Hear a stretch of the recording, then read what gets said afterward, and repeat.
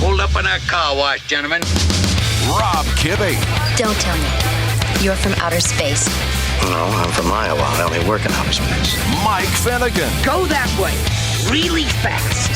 If something gets in your way, turn. Two guys talking cars. I am a semi-professional race car driver and an amateur tattoo artist. Taking on the most serious topics. But we will give nothing back to the academic community, as well as provide no public service of any kind. This much I promise you. And the Dukes of Hazzard.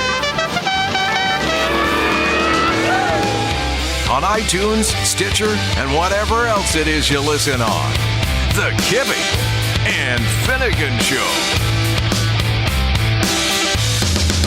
Kibbe and Finnegan Show, episode number 80.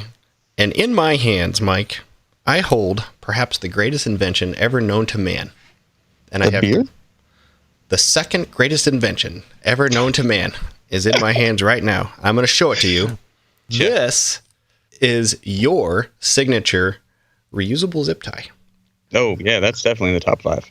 I took this out of the Juggo Mike Finnegan signature zip ties from WireCare, and I used it on the dump tank of the RV I rented for the Oshkosh Air Show to hold the little lid out of the way. I zip tied it up in place. It got crap all over it, but I washed it. I love it. It's a reusable. What a simple idea this is. To just put a release clamp on a zip tie so that you can undo it and redo it again later. Yeah, dude, I'm telling you. This is really neat. Do they make this one in metal too? The reusable one? Yeah.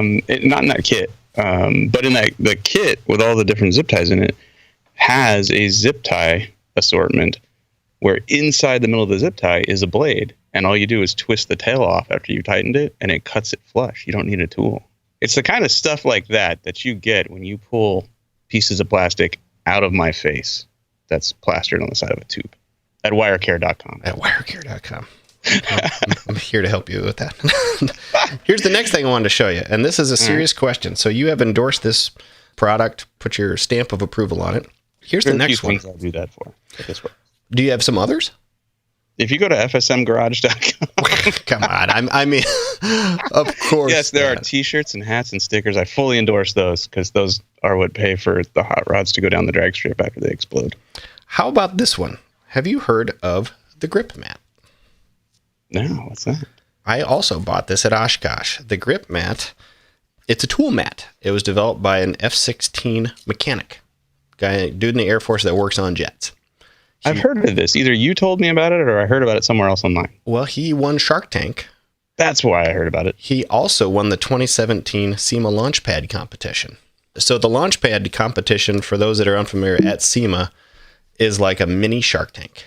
A bunch of people in the automotive space, in the aftermarket specifically, pitch to become one of the 5 qualifiers to go to SEMA and pitch like this basically band of investors, but band of sounding board people from industry to understand your idea. And if you win it, you get a free booth at SEMA next year and some free advertising and some other stuff. Those booths are not inexpensive. They are not. This guy, let me pull up his name here. His name is Tom Burden. Well, the grip mat, that's the thing that you can sit it on a surface even if it's curved and it won't slide off and the tools won't fall. Yeah, it is a molded silicone tool pad, and it's got probably a 1-inch lip all the way around it. So you can stick this on a fender. You can put tools in it. You can have it kind of sitting sideways on an airplane nose and put a wrench in there and nothing falls down. I mean, I bought one to try it. I think we should get our own version of this. How much was it? $45. That is a lot of coins.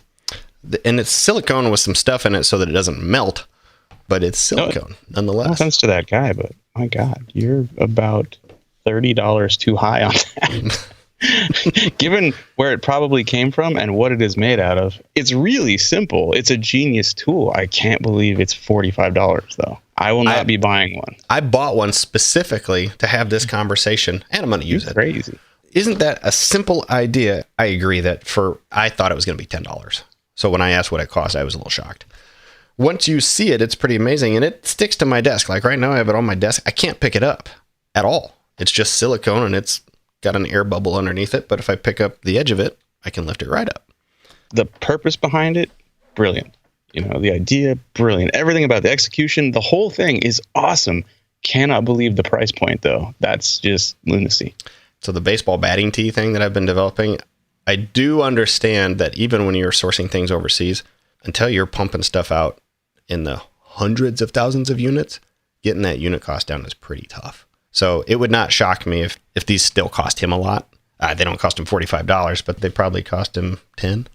They should cost like 50 cents. Like the average, you know, in retail, let's just say like a mini mart, your goal normally, and I learned this from my father who's been in the retail grocery business his whole life, your goal is on most products a 60 to 65% markup. That's how you stay in business. That's how you thrive. This is not that. You're right. It probably cost him $10 to make, maybe even not that much.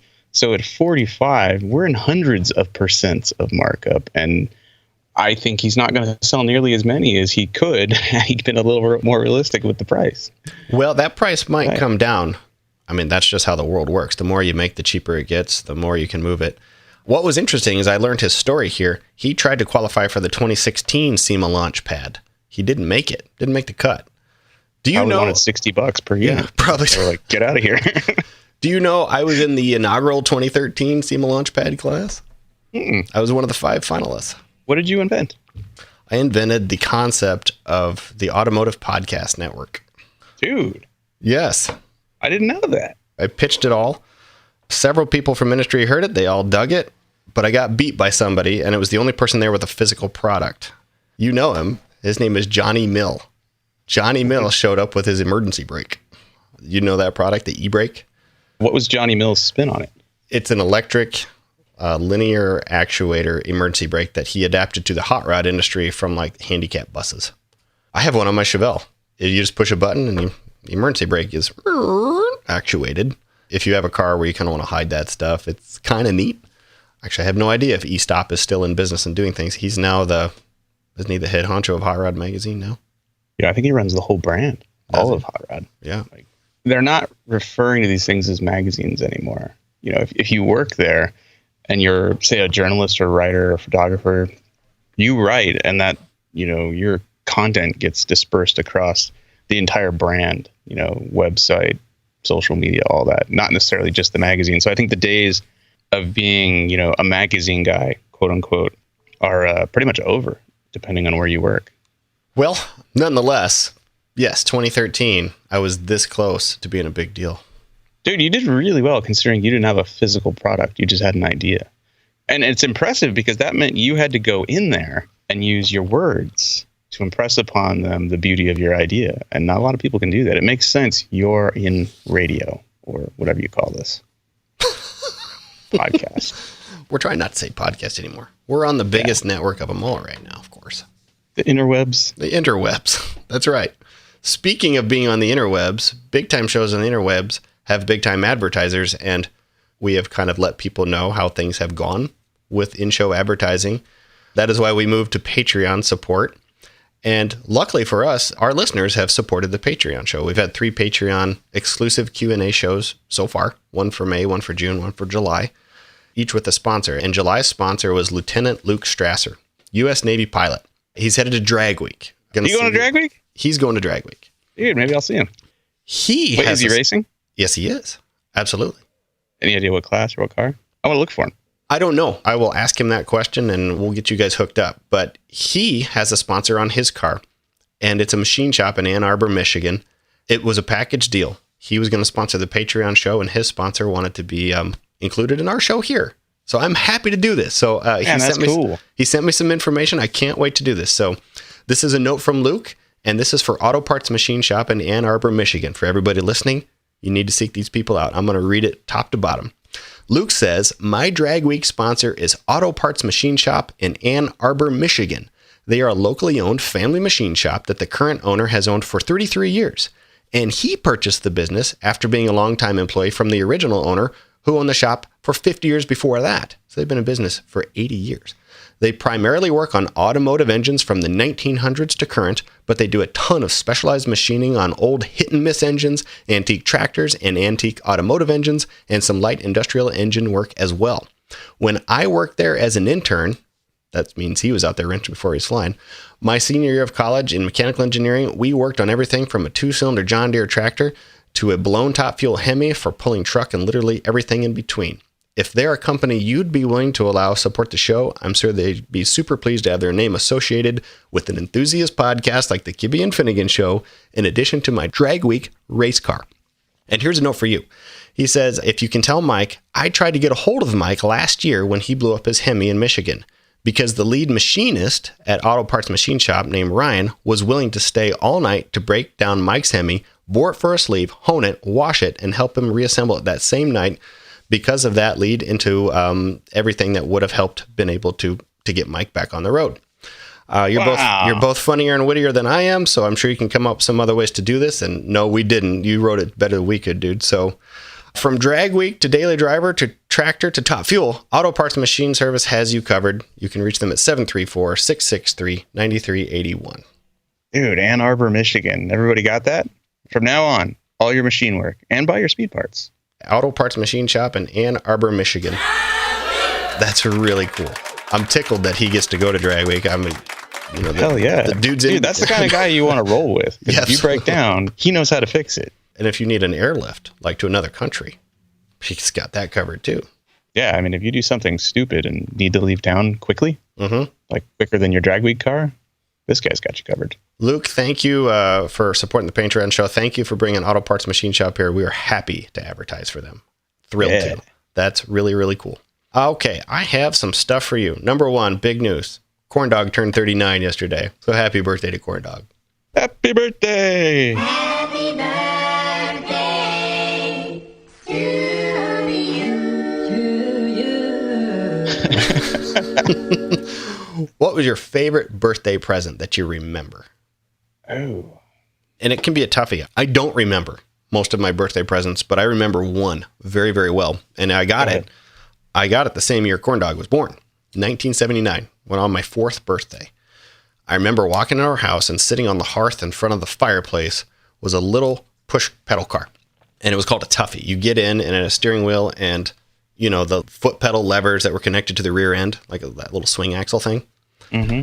I still have it. My kids have all used it too. But I drove that thing inside and out, upside and down. We lived on a hill. I remember the day that I realized that if I took it to the top of the hill and just got going, if I took my feet off the pedals, I could pick up like a whole lot of steam. And then when I get in front of our house, I jam my feet in the pedals to lock up the tail so I could do a Duke Boy slide.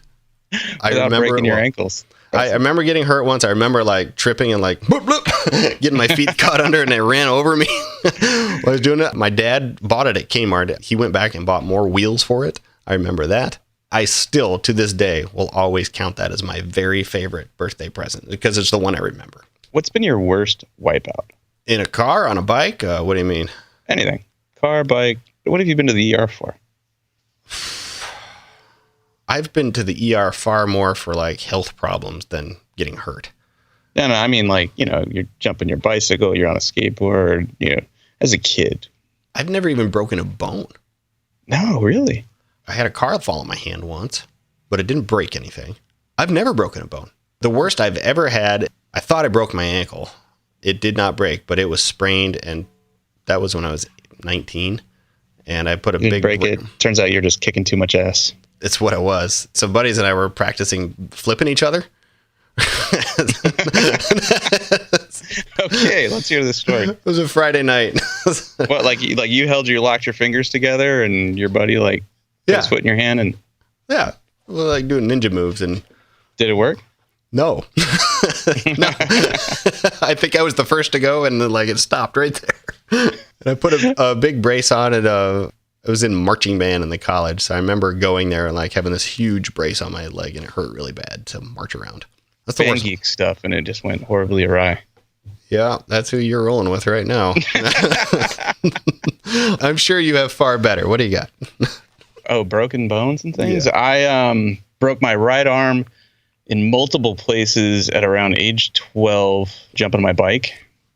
I don't know. That was like when medicine was medieval back then, because this would have been around mid to late 80s. Well, dude, fully medieval. So, because I remember this vividly. I'm in the street, just tangled up in the bike, knocked my front teeth out. My younger brother I think it was like 3 or 4 at the time, had to wander in the house to tell my mom, hey, Mike's sleeping.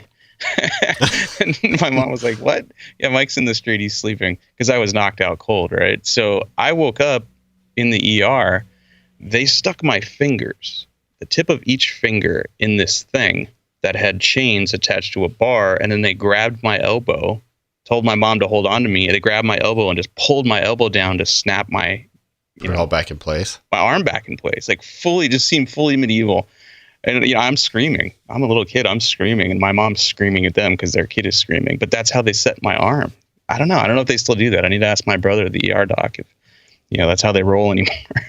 I like to think things have gotten a little better since the 80s, but I would hope so. I've cracked the back of my skull open a couple of times. I get my hair cut super short. You can see a couple scars there.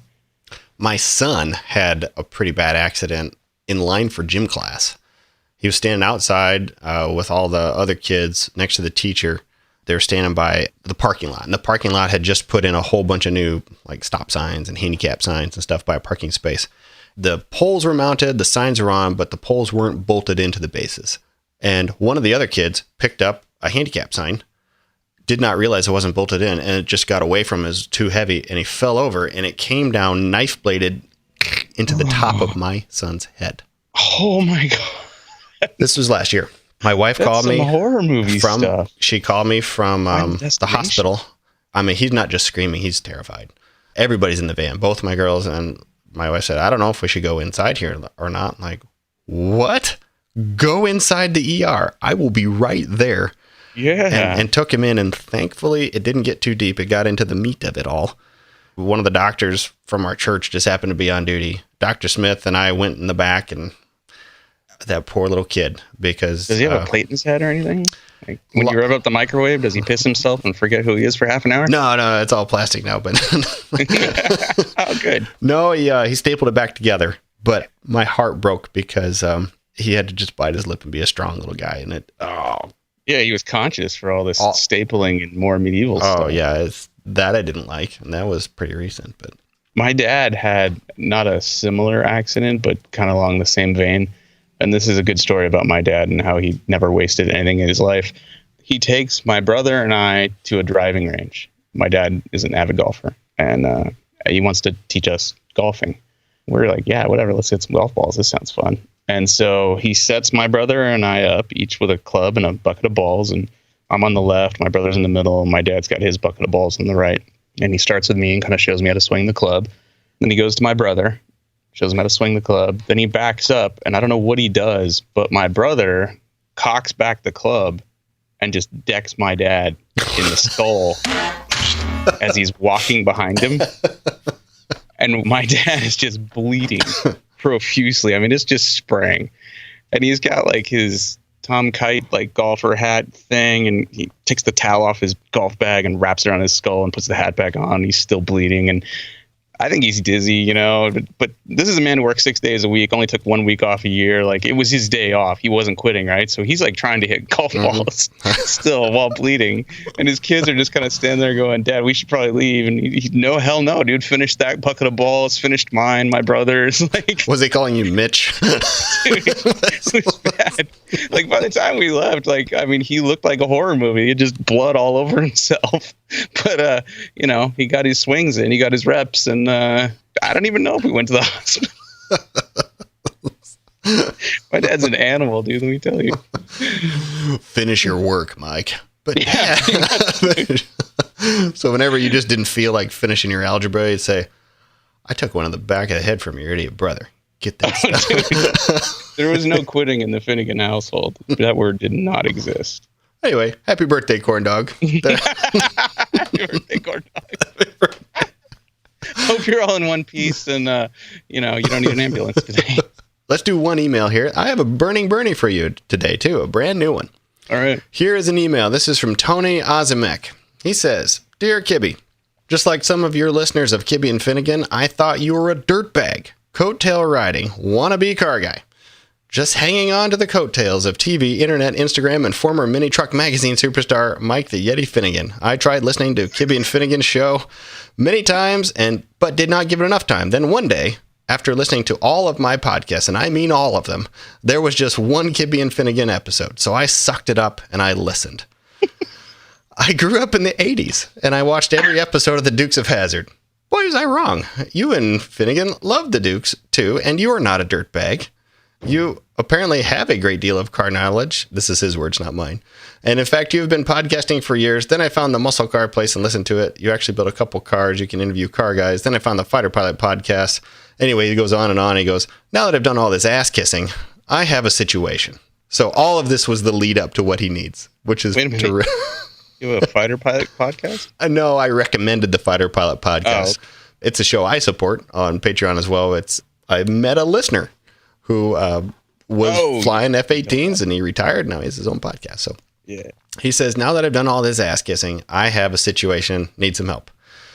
In June of 1974, a young married couple named Phil and Joanne met, looking to find a new car. They're both car people, and the young mother was pregnant with their first child.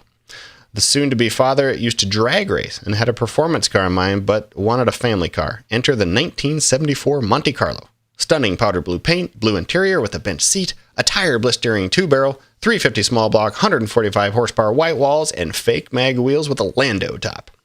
Not really a performance car or a luxury car. Sounds nice. But it was our family car. It was driven daily in Cleveland, Ohio, and rusted out. Rebuilt in the early 80s by my dad, then driven more and parked in 89. This is when it all started. My parents divorced, and they agreed it would be my car someday, and my dad was permitted to work on the car at my mom's house. We rebuilt it together, engine, trans, rear end, body panels, quarter panels, paint, everything. My dad taught me so much about cars and life. We drag raced it. We blew it up. We'd rebuild it. It went on and on. I made so many great memories in the Monte Carlo. My friends had great stories about the car. I met my beautiful daughter's crazy mother in this car. Then life, the car sat for years. I moved to Florida.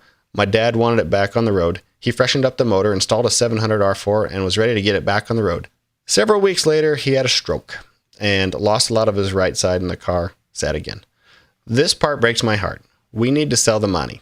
As much as we want to keep it, it has to go. My dad is too sick to get it going, and I do not have the room for it. He attached a list of everything they've done.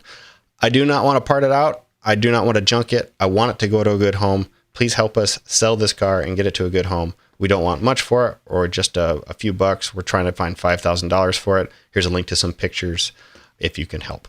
I'm going to put that stuff in the show notes here, but... I got a question. Yeah.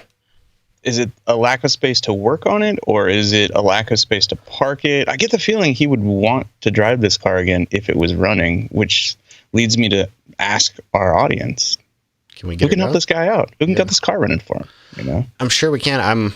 I'm not sure if he needs the cash. I don't know. Right. Tell you what, because Tony, you wordsmithed up an amazing letter here. Why don't you send us the details of what you need? If you need the car to get running, I think we can probably have enough people in this audience to do that. Yeah. If it's cash, well, I don't know. Maybe there's a GoFundMe type situation, but let us know the details of what you have. We want to help. And thanks for reaching out, because that's just like everything. Everybody gets wrapped up in cars and they have nothing to do with the cars. They're all about the people that we loved or still love that are behind them. So there you go. Thanks for kissing our asses too. I did appreciate that first part. That was totally done on purpose, so I'd read it, and it worked. Felt good. Yeah. Wonder how many people think I'm a fool. Let's ask. Yeah. We good. Nobody answered. Put out a quickie poll on that one. No, nobody answered. I just asked. See? There you go. Not a fool. One more email. This is from Capri Jake. He is our English reporter. He has done some voiceover work for us with his English accent. That's not an English accent at all. I think it's odd that he thought you were the dirtbag. No, I'm the coattail riding, like, dirtbag fanboy. Oh, wait. Was I a dirtbag? Yeah, dirtbag. Thought you were a dirtbag. Yeah. I thought you were a dirtbag coattail riding wannabe car. Yeah, you're right. This one's from Capri Jake. This one's for you. He says, I'll be heading over to the US of A this summer for the Hot Rod Drag Week and can't wait. I have a brand new Mustang GT rental waiting and will be following the route to each of the drag strips to watch all the action. As this is my first drag week, is there anything I should know? Any do's and don'ts? Any suggestions on places to visit between the events? Hope to see you there, Capri Jake. Do's and don'ts for drag week. That's pretty easy. Do have a good time. Do bring frosty cold beverages and or ice cream in a cooler with you at all times, because you will inevitably come upon someone broke down on the side of the road, and it will be hot in the Southeast at that time of year. don't put any tools in your car. This is highly illegal at drag week, okay? So the way drag week works is you're going to race 4 drag strips in 5 days. Everything you need to fix your car, run your car, keep your car moving along the highway must be with you or in a trailer towed behind your car. You cannot have people following along carrying your luggage or a jack or whatever because you drive a Miata and can't fit that stuff in your car. Basically, you can't have outside help, right? So if you come across the pond and jump in a rental car, even though maybe nobody knows you and they didn't enter your car as a helper car, you give the appearance of that if you drive along with tools in your car. So don't bring tools in your car. The way drag week works is it's you against the highway. You ostensibly have a true quote unquote street car. You know, if your car breaks down, you should be able to fix it. All right. You can't load it up on a flatbed and tow it to a shop and work on it. You should be able to fix it, basically. It's self-policing. You know, the drag week staff is out there. But in general, it's your other competitors that are watching everything you do, especially the ones in your class. And if there's a rental car, even a Mustang, following along, and that dude's got a jack or tools or whatever, and out comes the jack on the side of the road for you, it looks bad for you. I did not know any of this. I thought that was all totally legit. Other competitors can help you. You know, if you break down and you're missing that coveted 10mm socket, and another guy stops behind you on the side of the road and has that 10mm socket that tortures everyone, you can take the help. You totally can. But what you can't do is you can't have, somebody following along in an RV or another car or a truck. True assist vehicle. Yeah, you cannot have somebody trying to assist you throughout drag week. And it's happened over the years and it's sucked because there's been cars, one in particular comes to mind where that dude showed up and he had a team of guys in a rental car running his EFI system because he didn't know how to do it.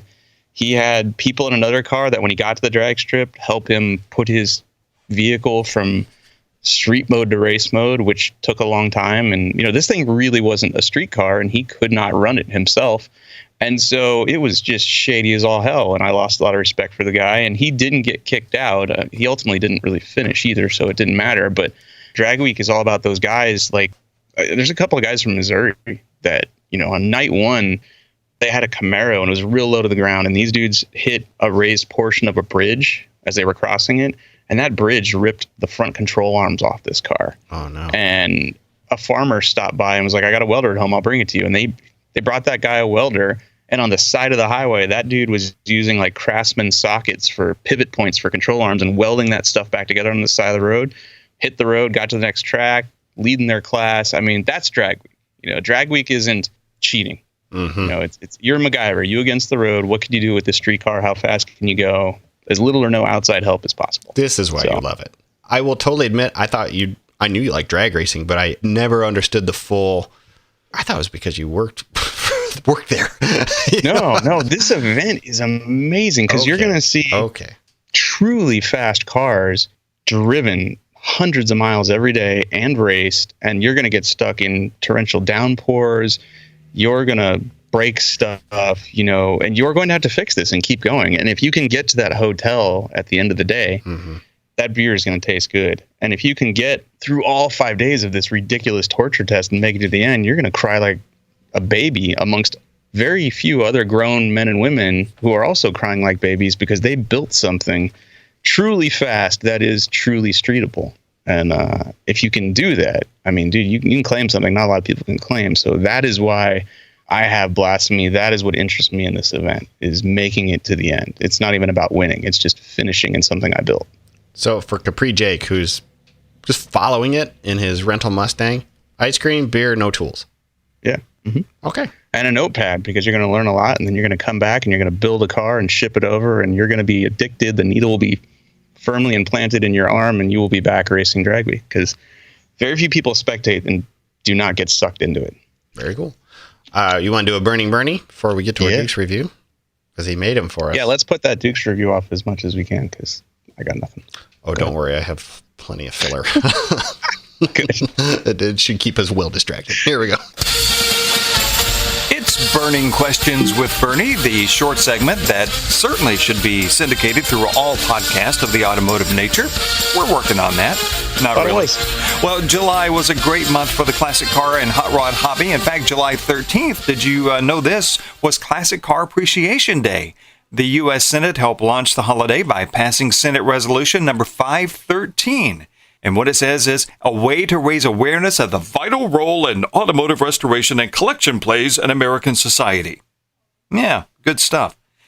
Well, awareness is cool. And speaking of awareness, I know that you're all aware of those reaction videos on YouTube of hot girls in the front seat of fast cars.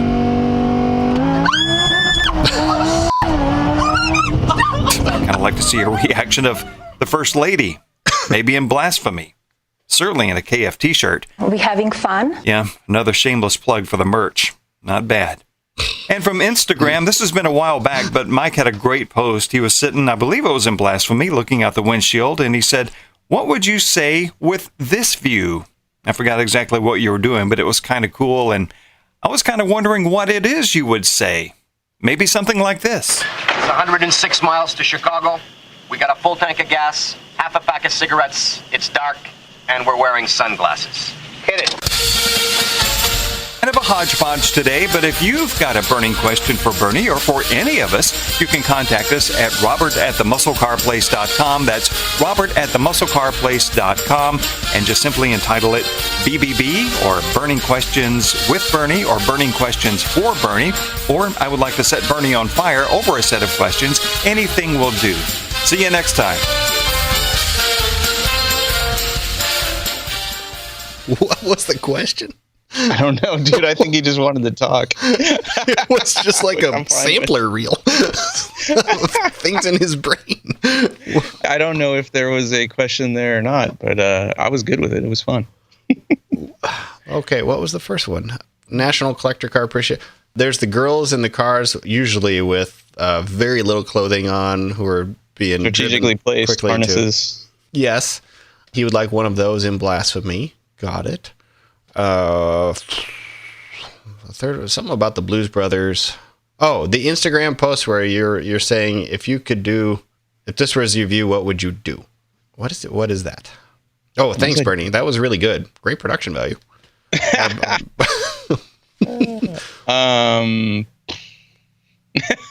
don't know.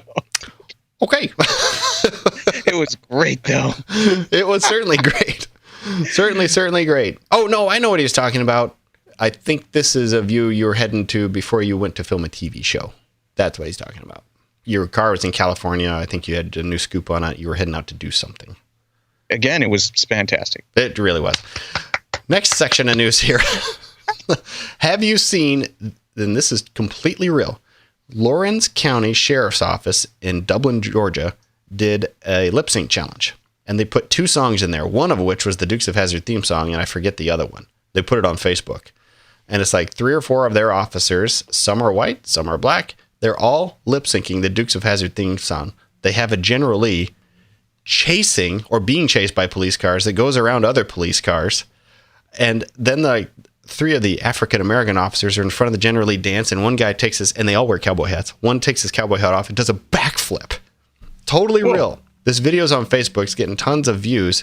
And then not the Dukes of Hazzard theme song, but the other song in it got muted, like by Facebook or Sony or whoever has the rights to it. Have you seen this one? No. I'll send it to you. I must have been sent this by 30 people as soon as it came out, and it just came out last week. I didn't know anybody was still doing lip sync challenges. I will send that your way. We can even play that here if that would help stall some time. So, my brother's at the door. He wants to borrow my pick 'em up. Can I walk over to the door while you I don't know, Duke's review or whatever you want to do? Sure. I can keep people entertained here for a while. All right, I'll be right back.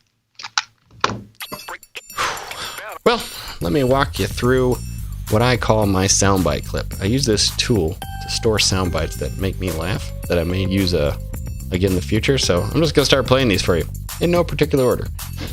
Let's try this one. Put the evidence in the back.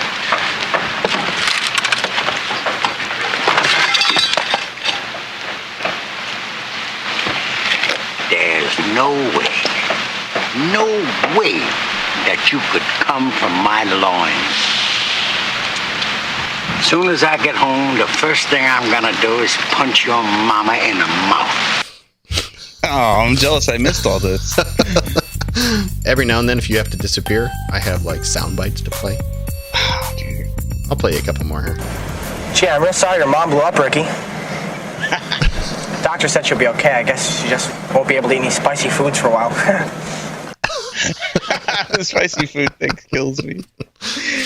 At the Oshkosh Air Show, I saw that wagon. It's like a 75 Ford LTD wagon.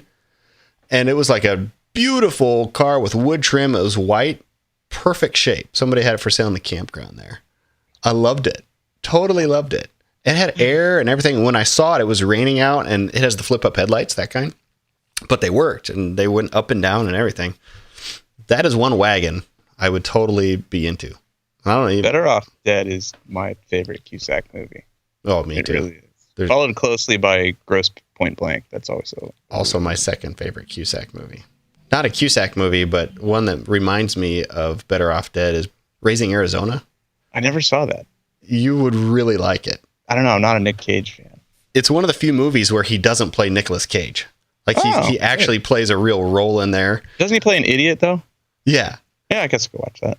He's a crook, but he gets arrested so many times that he falls in love with like the officer that books him, and and they can't have children, so they kidnap one. And yeah, it's actually a pretty funny movie. I did say I'm not a Nick Cage fan, but to be honest, I really do like. What were the two movies he did where he was searching buried treasure? Oh, National Treasure. Yeah, National Treasure. Love those movies. I love like history and treasure hunting and stuff. And so those are great movies. They should make another one.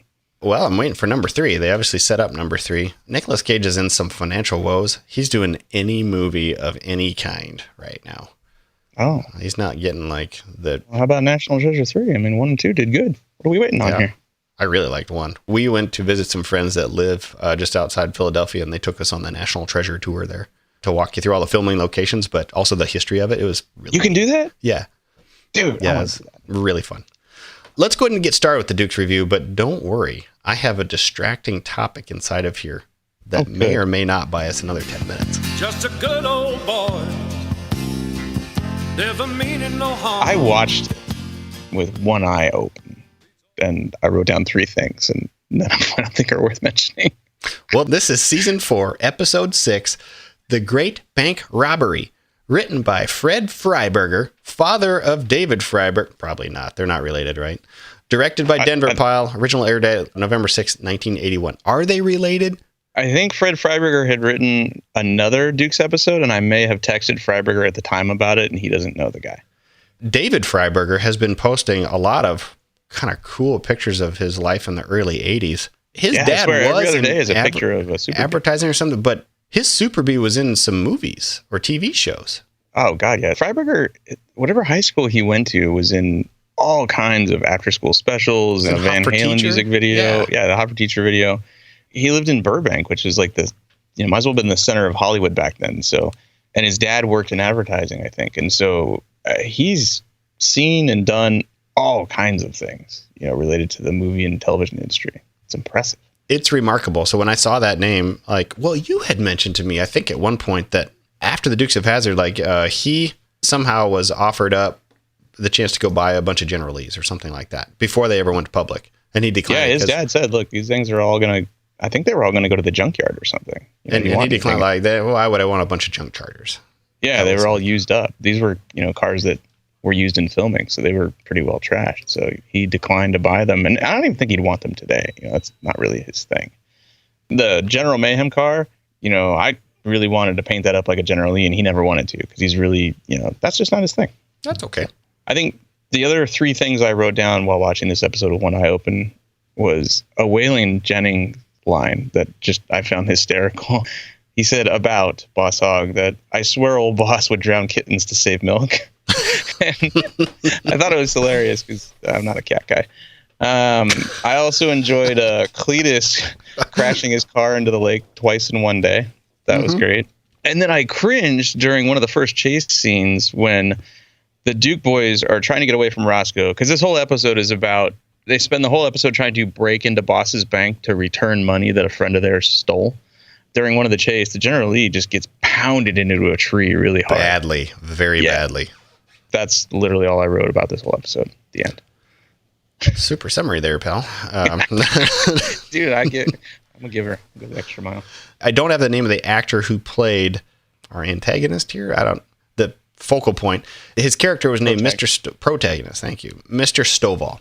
And Mr. Stovall had worked in Boss Hogg's bank for 29 years and 364 days. And on day number 365, that would be a total of 30 years, and he is now qualified to receive his full pension. And therefore, Boss fires him one day shy, and that's why Mr. Stovall kind of loses it, robs the bank, and the Dukes help him put the money back in and trick Boss into hiring him for one more day, so it's all made right. There's yet another podcast I listen to called Smarter Every Day. This guy has just left his job, and he's a rocket engineer. He does a YouTube channel of the same name, Smarter Every Day, I believe, or something like that. It's really interesting stuff. But as part of leaving his safe job, I mean, he's a little younger than us, and he's got kids, and he's really been wrestling with leaving the career that he trained for, that he is educated in, that he's good at, to go basically try to make it on his own. And he's trying to make it on his own because he really was realizing his kids are growing up too fast, and he doesn't want to miss it. He cited this former study, I think paid for by Boeing. And the Boeing had to do with how long people live after working a traditional career versus when they retire. And probably some of the early impetus was by companies who had old-fashioned pension programs, which is not like 401k. It's not like investment we have today. A pension was you work there, they put in dollars to your retirement, and when you retire, you get it. But if you leave, you don't. I mean, it was kind of the golden handcuff thing. So here are the results of the study here. If you retired at the age of 65, you typically only lived another year and a half because you had worked so long and been so stressed out and you had nothing left to define your life by that's when it ended. If you retired at age 50, you typically live till age 86. And then there's a really interesting kind of chart that goes in there and it kind of tells you the happy spot of when to bail out and when to not. But it is a total relationship to defining your life by your career, at least in the traditional sense. And when this episode with Mr. Stovall, I mean, he literally worked in a job sweeping floors for 30 years just to collect that pension. That was it. And he got a gold watch at the end that was broken. I don't know about you. I mean, you obviously don't work a traditional job. You are a solopreneur here. But what do you think about stuff like that? Does it even work like that in the magazine? Did you have a pension? Does Hot Rod? No. My dad was born in 45. He's probably the last generation to have a pension. It's not a common thing anymore. My dad has one. Unless you work in, military or government, odds are you don't have a pension. You probably need to be saving via 401k or whatever. But I believe that study 100% because stress affects the body in so many negative ways that, when I'm stressed out, it manifests itself physically. And so, yeah, I think if you work too long, and all you do is work, you probably won't live much longer when you're done. There's a neat chart that shows the timeline of your life. And on the left is when you're born and on the right is when you die. And in the middle is, that period of time from age, for some of us, 15 till we retire that you work. And the bulk of your life, 80% of your life, you spend working. So you better find a job that fulfills you somehow. Some way, because this is most of your life, You structure your day around it. You structure where you live around it. Everything. Yeah. You structure the kind of car you drive around it, who your friends are. It impacts every aspect of your life. And so if you get too hung up on money, for whatever reason that is, either you have to or you want to, and you work a job that is not fulfilling and it just pays out dollars, dude, you may not live very long. You might not, because there's probably a good amount of stress that comes with that. There's some highlights in this report and the conclusion and recommendation section. Thought I'd read these to you. Highlight number 1, the most precarious, creative, and innovative period in your life is the 10-year period around the age of 32. Plan your career path to use this precarious 10-year period wisely and effectively to produce your greatest achievements in life. Interesting. Highlight number 2, when you get older, you should plan your career path and financial matters so that you can retire comfortably at the age of 55 or earlier to enjoy your long, happy, and leisure retirement life into your golden age of the 80s. Number 3, if you're not able to get out of the pressure cooker or the high-speed battleground at the age of 55 and have to work to keep on going until the age of 65 or older, you will probably die within 18 months of retirement. Now, that's not a bummer to end on, but Take these studies for what they're worth. I don't know that this means you're going to die if you really do work to 65 or beyond, but well, even if you don't die, there's some nuggets in here that I think are good takeaways. Even if you don't die, ulcers, whatever else happens to you is due to stress, but a lot of people, like, retiring at 55 isn't realistic these days. People are having kids later in life. I didn't start having kids till I was 37. Yeah. So I'm going to be working past 55, to make sure those kids are fed. The chick from Rocky, what was the Rocky with the Russian? I must have put yeah, dude. She froze her eggs and just had a kid at, what is she, 70 or something? No, she's in her 50s, but... 50s? Okay. Sorry. She looks terrible. Oh, my bad. Let me give you some stuff in here. Unlike before, I watched this show last night on Amazon in bed, and I just kind of took notes on my phone as I went. So various things that I heard. So my son Dallas came in real quick, and he goes, "Hey, Dad, when they're driving the car, they're not really doing it. It's fake. There's a green screen behind them." And I said, "Who told you that?" He said, "My sister did." "What?" And he goes, "Oh, one more thing. When they get out that roll bar, I think it's made of foam or something. It seems to wiggle around a lot." And he walked out. Like, his innocence is gone. What happened here? Suit. No. Next, random note. Corn Dog will be proud of this. The rear wheels on the General Lee were the wide 8.5s when Cooter and Daisy get in it. The fronts are the normal 7s. The rears are the big wide ones. Another nugget here. John Schneider's hair in this episode is not blonde. It's his actual color, which is kind of a sandy brown. It's not bleached.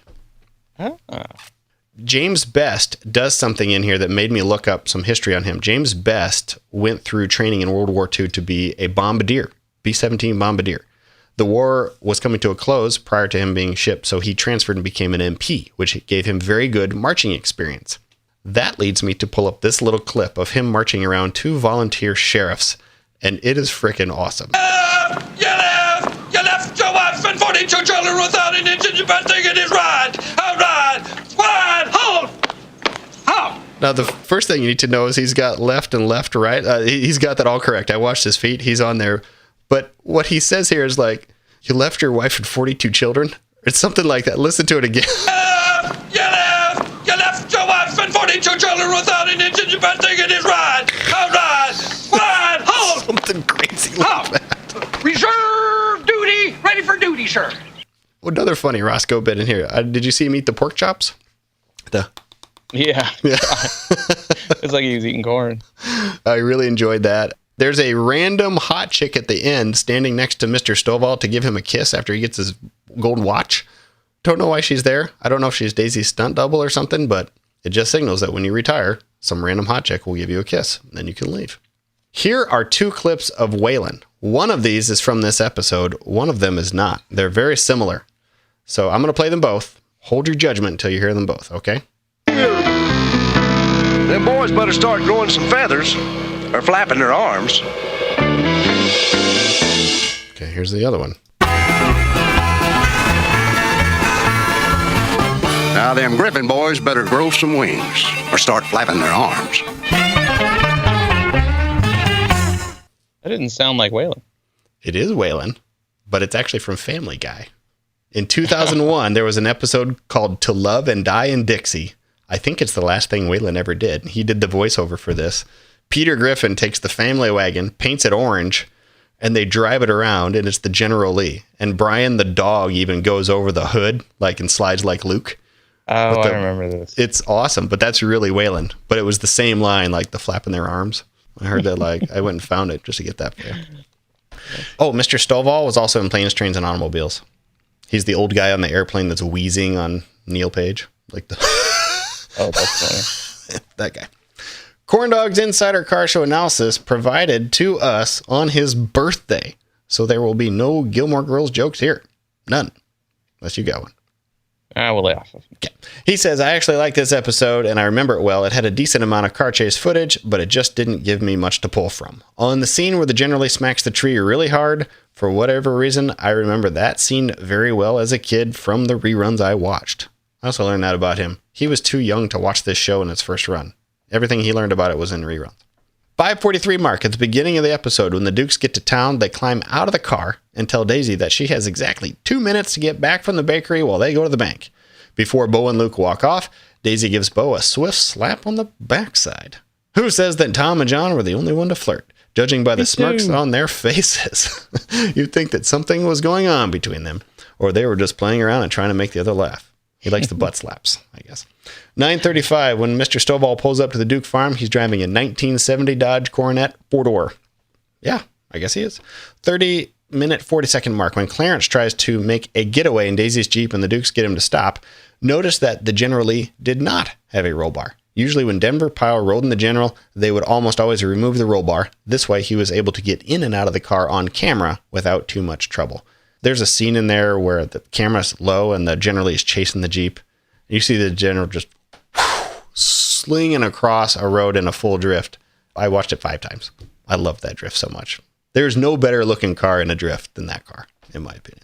Yeah. 34:46 mark, when Roscoe climbs up in the loft in Cooter's garage to look for Bo and Luke and sticks his head out the window. As the camera pans back, you can clearly see the microphone in the left side of the shot. Not much info, but I liked it. I give it a solid 7. There you go. What was your rank? Yeah, 5. 5? Yeah, it wasn't very good.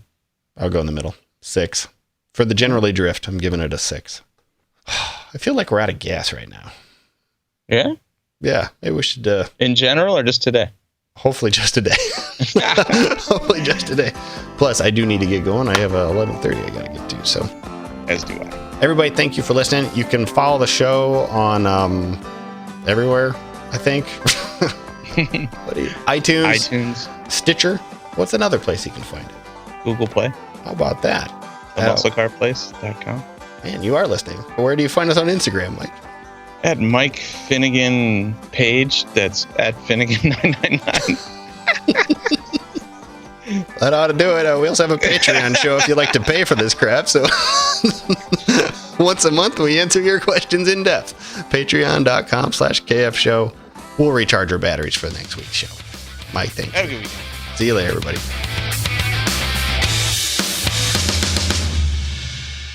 Hey there, this is Rob. Up next are all the clips that I pulled from this episode of The Dukes. And for those of you who noticed I didn't do it last time, yeah. Well, it takes a lot of time to pull these clips. And if I haven't seen the episode for a month, I typically don't go pull the clips. And I haven't seen this episode for about a week. But I went and pulled the best clips I can. They're all kind of long. I got lazy on this one. But there's some funny ones in here. I hope you enjoy. Remember, you can support the show on Patreon. Go to kfshow.com/Patreon, and you can find us on Instagram. And here you go. They're all pretty long, especially the last one. Sorry about that.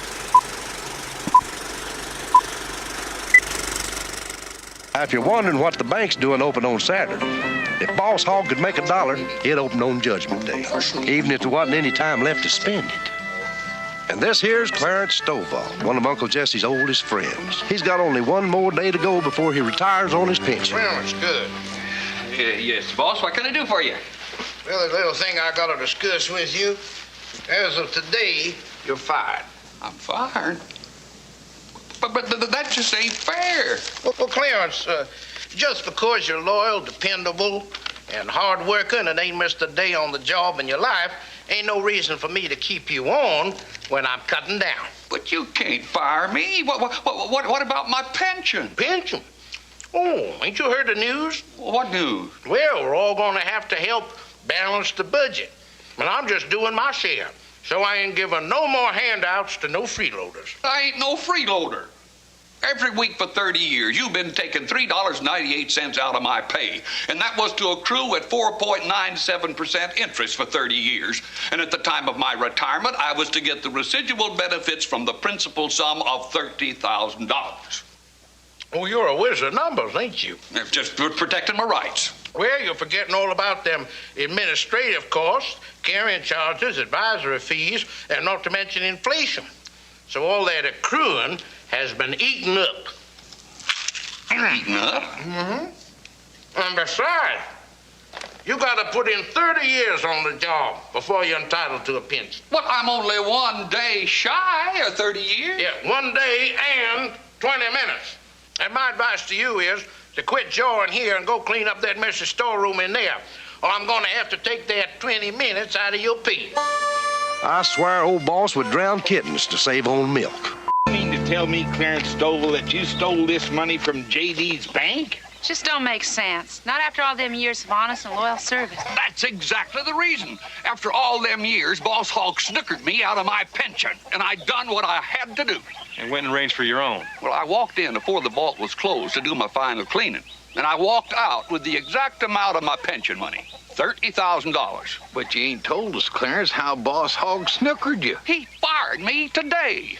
1 day short of my 30 years. Said I don't qualify.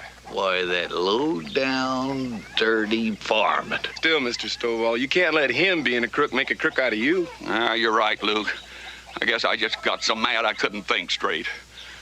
Well, I guess it's too late to do anything about it now. Never too late, Clarence. Now, we're gonna see you out of this mess, 'cause you're our friend. And once you're a friend of the Duke's, you're a friend for life. Well, what are you going to arrest us for this time?